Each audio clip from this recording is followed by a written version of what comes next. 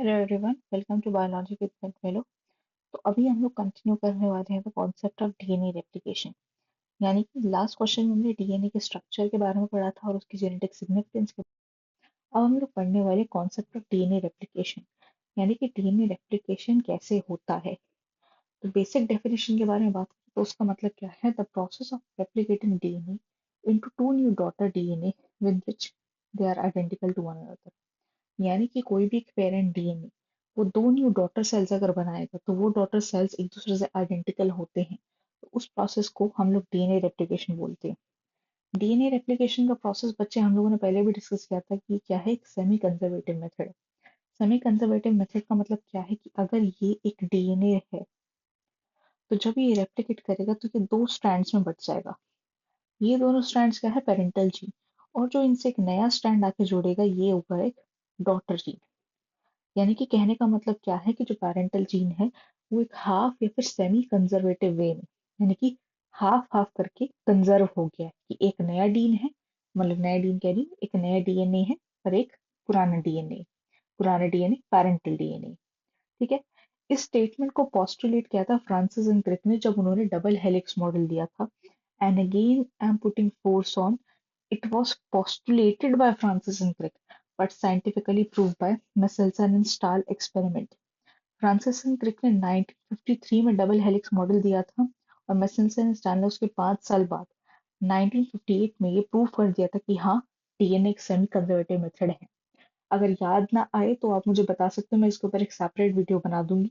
ये वो चीज है जिसमें उन्होंने N14 और N15 के आइसोटोप्स लेके इकोलाई पर एक एक्सपेरिमेंट किया था जब डीएनए एक जेनेटिक मटेरियल की खोज हो रही थी। ठीक है। अब आगे बढ़ते हैं। अब डीएनए रेप्लिकेशन में कुछ एंजाइम्स यूज होते हैं, बिकॉज जो डीएनए रेप्लिकेशन है without enzymes it is incomplete. और ये 4 एंजाइम जो मैंने अपनी रेफरेंस के लिए और आपको याद कराने के लिए जो नाम रखे हैं, पहला है हमारा unzipping enzyme. The unzipping enzyme is the enzyme DNA helicase, जो कि क्या करेगा, जो डीएनए के स्ट्रैंड्स है उसको खोल देगा, यानी कि unzip the sequence. Okay. Then we have the builder enzyme, यानी कि जो नया डीएनए का स्ट्रैंड बनाएगा, दैट इज डीएनए पॉलीमरेज। नए डीएनए के स्टैंड बनाने वाला। अब इस नए डीएनए के स्टैंड बनाने वाले एंजाइम को रास्ता कौन दिखाएगा, आरएनए प्राइमेस। और जब ये लोग बनाएंगे स्टैंड तो एक दूसरे को जोड़ के रखने का काम करेगा एक gluing enzyme, that is ligase. तो 4 टाइप के एंजाइम्स है। एक जो डीएनए को खोलेगा, डीएनए हेलिकेज। जो नया डीएनए बनाएगा, डीएनए पॉलीमरेज। डीएनए पॉलीमरेज को रास्ता दिखाएगा, आरएनए प्राइमेज।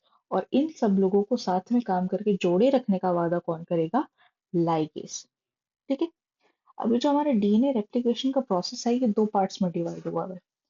पहली बात, unwinding at the ori, that is origin of replication, and then formation of new strand.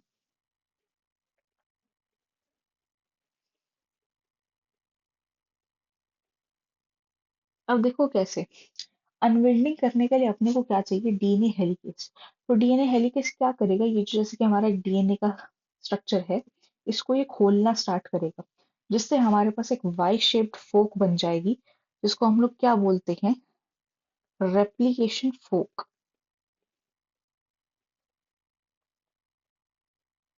ठीक। अब ये कैसे होता है बेटा, जो डीएनए हेलिकेस होता है ये सबसे पहले उस बॉन्ड को पकड़ेगा जो सबसे वीकेस्ट बॉन्ड हो। जैसे मैंने आपको बताया था कि जो हाइड्रोजन बॉन्ड है उसका बहुत बड़ा रोल है नाइट्रोजनस बेसिस को पकड़ के रखने में, है ना। तो मान लो कि जैसे कि मैंने आपको बताया था कि सबसे वीकेस्ट बॉन्ड कौन सा होता है, एडेनिन और थाइमिन का, बिकॉज वो डबल बॉन्ड बनाते हैं। और गुआनिन और साइटोसिन एक दूसरे का ट्रिपल बॉन्ड बनाते हैं। तो मान लो ये एक जगह थी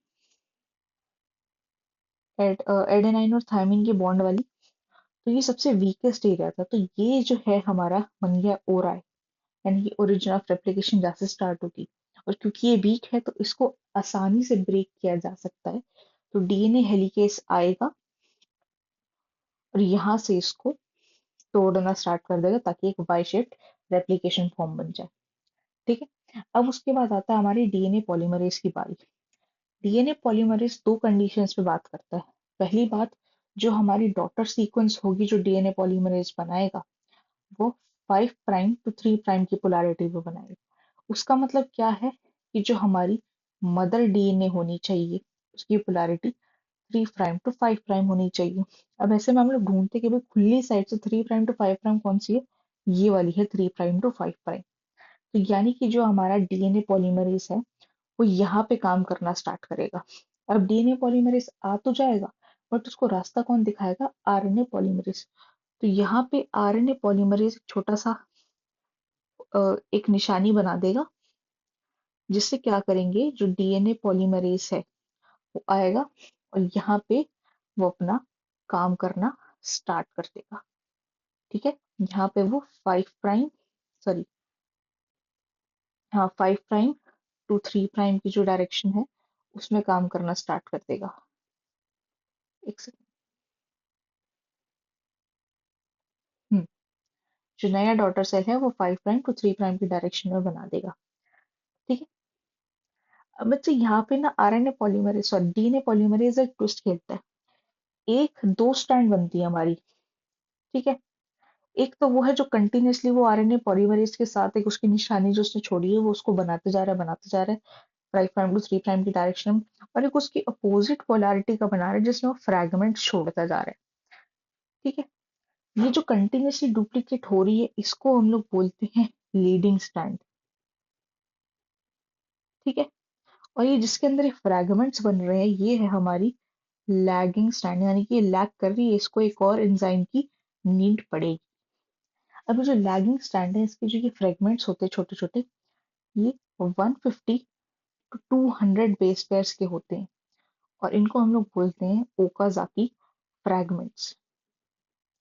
अब क्योंकि ये वीक है और इनको जरूरत है एक और एंजाइम की ताकि जो डीएनए पॉलीमरेज है वो दोनों को इक्वल इक्वल बना सके, इसलिए इनको ग्लू करने के लिए आएगा हमारा लाइगेज एंजाइम, जो इनके बीच के स्पेसेस को भर देगा इसके थ्रू, फॉस्फोडाइएस्टर बॉन्ड के थ्रू।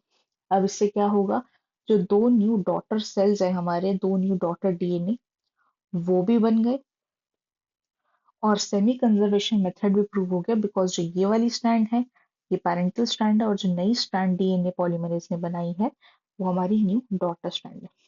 तो यानी कि जो पैरेंटल जीन है वो एक तरीके से कंजर्व हो गया। ठीक है, अब इस मेथड को समराइज कर लेते हैं। पहली बात, अनविंडिंग of unzipping of spiral DNA किससे होगा, डीएनए हेलिकेज के थ्रू। जब डीएनए हेलिकेज एडेनिन और थायमिन का बॉन्ड तोड़ेगा तो जो दोनों सीक्वेंसेस है वो मैट्रिक्स रॉल परफॉर्म करेगी और एक वाई शेप फॉग बनाएगी, जिसको हम लोग क्या बोलते हैं, रेप्लिकेशन फॉग।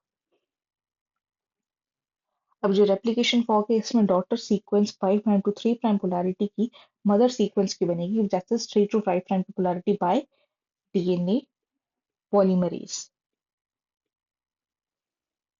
डीएनए पॉलीमरेज दो स्ट्रैंड्स बनाएगा, एक लीडिंग स्ट्रैंड और एक लैगिंग स्ट्रैंड। जो लीडिंग स्ट्रैंड है उसकी पोलैरिटी कंटिन्यूअसली डुप्लीकेट हो रही है, तो और वो कौन सी डायरेक्शन में है, 5 prime to 3 prime.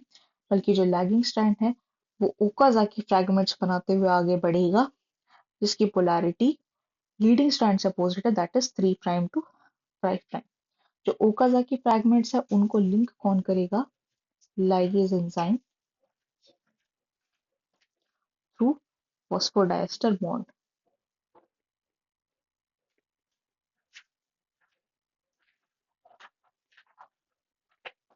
So this was all about the question. I hope you got to understand it well, and if you have any doubts please let me know in the comment section.